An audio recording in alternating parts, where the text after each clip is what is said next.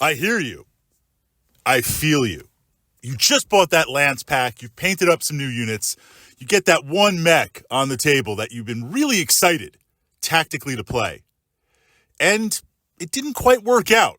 It underperformed. Now, I'm not talking about like an opening headshot and you go down or something crit with the dice, which happens from time to time in Battletech. Never tell me the odds, but I can remember easily the past 5 or 6 times something crazy happened. And that's one of the charms of this game. But across that, looking at that framework, putting it aside for a moment, looking at a mech and it doesn't quite perform, live up to the hype, or you start to worry and think about, maybe that battle value was better spent somewhere else. Should I kind of retire this mech to the gaming case and see what happens? That's the tactica that we're going to explore in this week's Battletech post.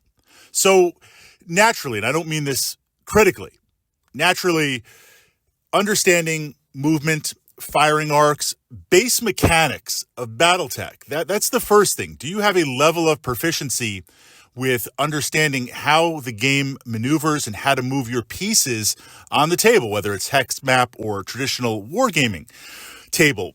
Part of that is you've got to get in 10 or 15 games. So before we can even layer in the tactics of Battletech and start to work with lances and develop your player personality, the things you like and what you want to do on the table with your miniature collection, we've got to understand those base mechanics. 10, 15 games, it's an evolving process. Now, I say that because if you're new to Battletech, you're listening to this post right now, I don't know where you are in your Battletech journey, but within that framework, we've got to kind of work through that. Okay, you've got that. You're like, Fritz, it just didn't work out. Most of the time, I was going to say like 99% of the time. You want a number, you want a qualifier, right? 80% of the time, 80-20 rule, when in doubt. 80% of the time, when there is a machine that I play, if it's new or something I want to experiment with, and it doesn't quite work out, like, it did some stuff, but it didn't wasn't the MVP mech of the game. And certainly I sometimes feel like, I could have gotten some combined arms, just some tanks and some other things. Was it worth the battle value, let alone, being inspired from other Tactica looking and saying, I'm just not seeing the hype. Where's the hype? 80% of the time, what I find is it was a mismatch in role and weapons profile.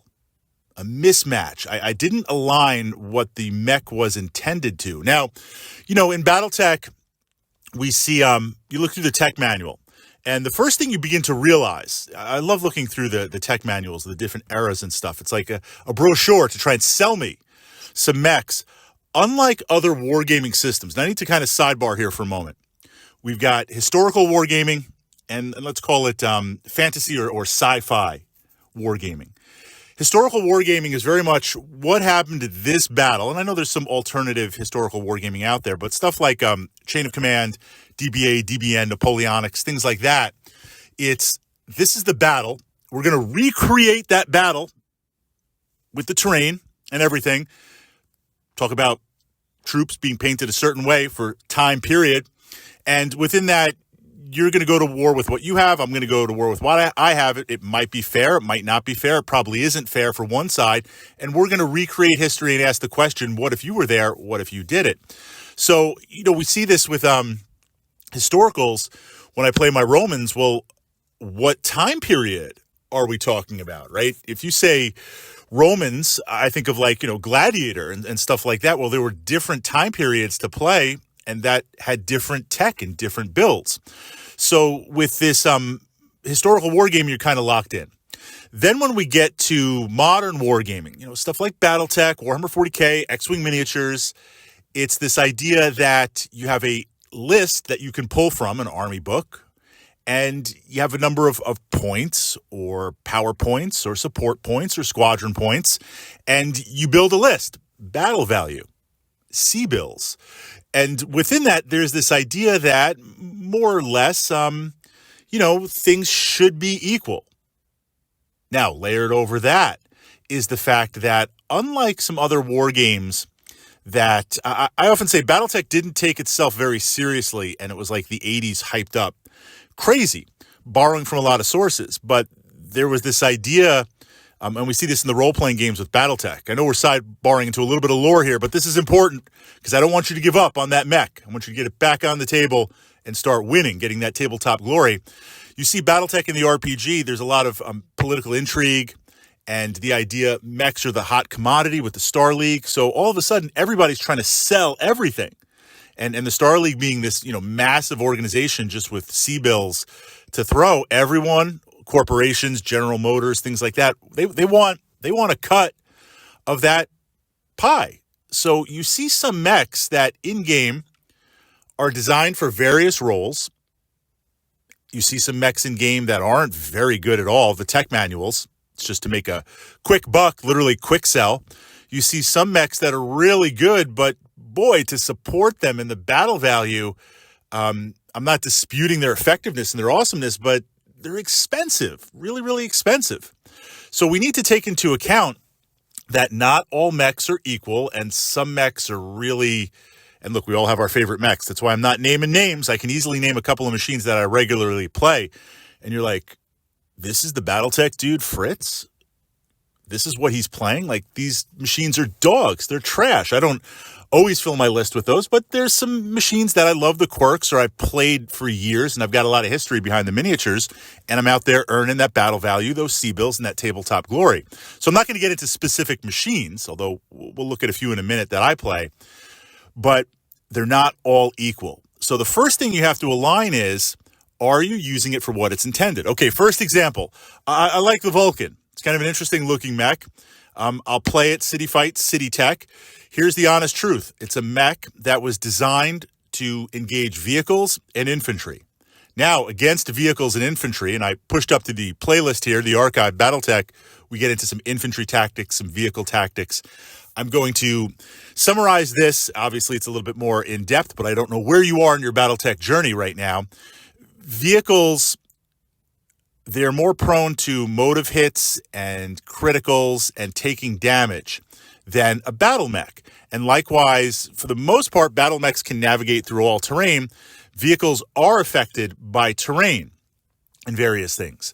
So the idea was, let's develop a mech that can engage vehicles and infantry dedicated for that, but we don't have to worry about crits for vehicles. We don't have to worry about terrain. So it's got a lot more mobility. It's a solid mech for that. Well, here's the truth.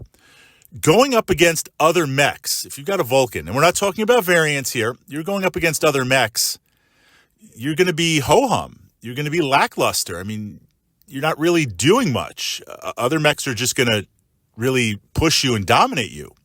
If I go up against vehicles, yeah, I can do that. But the truth is, I'm better off just sending vehicles against vehicles, because battle value, I get more stuff. So the Vulcan in-game and on the tabletop is kind of a machine that, well, did you really need it? If you misalign this, then it's not really going to work. And you're going to be like, this is the battle value I spent. An example, taking a Vulcan and attaching it to a lance, a generic combat lance, and sending that out to engage, that's not where it's at. The Vulcan is a linchpin. It's kind of a knockdown mech for going with combined arms. So if I've got some goblins with infantry, if I've got a couple of bulldogs, and I'm sending those out, the Vulcan goes with them for a little more stompy. That's kind of how those things work, or, same with an urban mech. So the first thing is there a misalignment? Now, we also see this on dedicated mechs, things like a longbow. I love playing longbows. If I can catch it in that role, it's absolutely fantastic. LRM barrages, indirect fire, things like that. If it's caught outside of that, then it's really not excelling. It's not working as well. So if I attach a longbow as part of a regular lance, I have to be careful. On the way in, it's going to have plenty to do. 2 20-packs, 2 5-packs, laying that down. When we get in close, well, now we've got minimums, and I've got to keep my distance and kind of push back. If we're in City Fight, City Tech, and I'm moving into the middle of the city and I'm moving through the city, that longbow is really not going to be that effective. It's easy to get ambushed. Doesn't quite have always lanes of fire. And yeah, it's got indirect, but I need spotters. It's better off on the hill, hanging back with some partisans and just blasting away every single turn. So that's the first thing that I would say. Look at the mech and check your alignment. Is it being sent against the proper targets? Is it responding to the proper targets? Is it being mismatched with other units, whether that's a lance or combined arms? Make that correction, understand the role, understand the application, and then, again, depending on where you are in your Battletech journey, 5, 10, 15 games, being able to maneuver it, being able to engage with it, that is key. When you can do that, I know, that is when you get the true value of a battle mech.